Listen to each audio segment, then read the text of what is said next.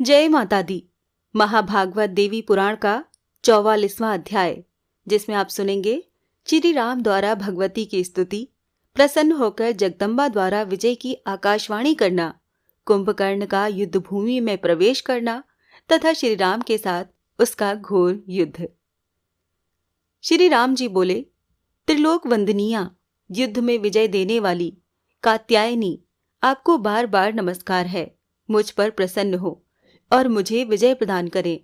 सर्वशक्तिमयी, दुष्ट शत्रुओं का निग्रह करने वाली, दुष्टों का संहार करने वाली भगवती, संग्राम में मुझे विजय प्रदान करें। आपको नमस्कार है। आप ही सभी प्राणियों में निवास करने वाली पराशक्ति हैं। संग्राम में दुष्ट राक्षस का संहार करें और मुझे विजय प्रदान करें। आपको नमस्कार है। युद्ध प्रिय, शरणागत की पीड़ा हरने वाली जगदम्बा, युद्ध में मुझे विजय प्रदान करें। आपको नमस्कार है। हाथ में खटवांग तथा खड्ग धारण करने वाली एवं मुंडमाला से सुशोभित विग्रह वाली भगवती, विषम परिस्थितियों में जो आपका स्मरण करते हैं उनका दुख हरण कीजिए। शरणागत प्रिय, आप अपने चरण कमल के अनुग्रह से दीनता का नाश कीजिए। युद्ध क्षेत्र में शत्रुओं का विनाश कीजिए और मुझे विजय प्रदान कीजिए। आपको नमस्कार है, पुनः नमस्कार है।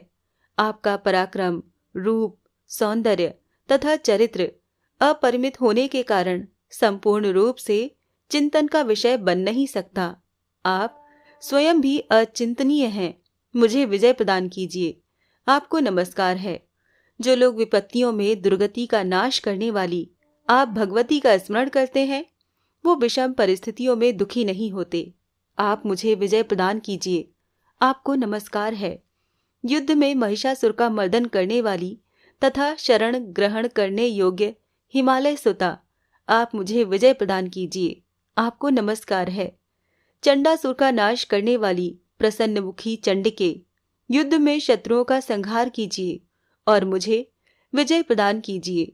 आपको नमस्कार है।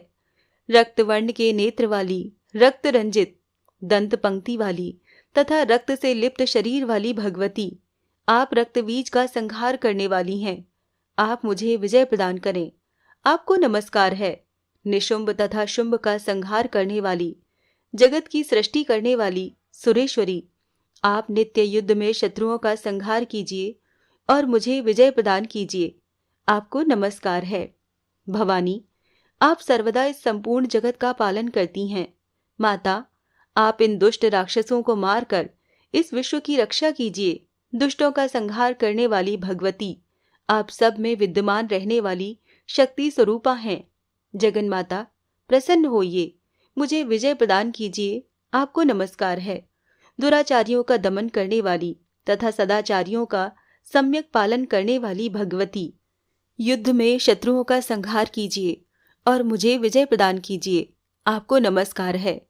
शरणागतों का दुख दूर करने वाली, कल्याण प्रदान करने वाली जगन माता कात्यायनी, युद्ध में मुझे विजय प्रदान कीजिए और भय से सदा रक्षा कीजिए।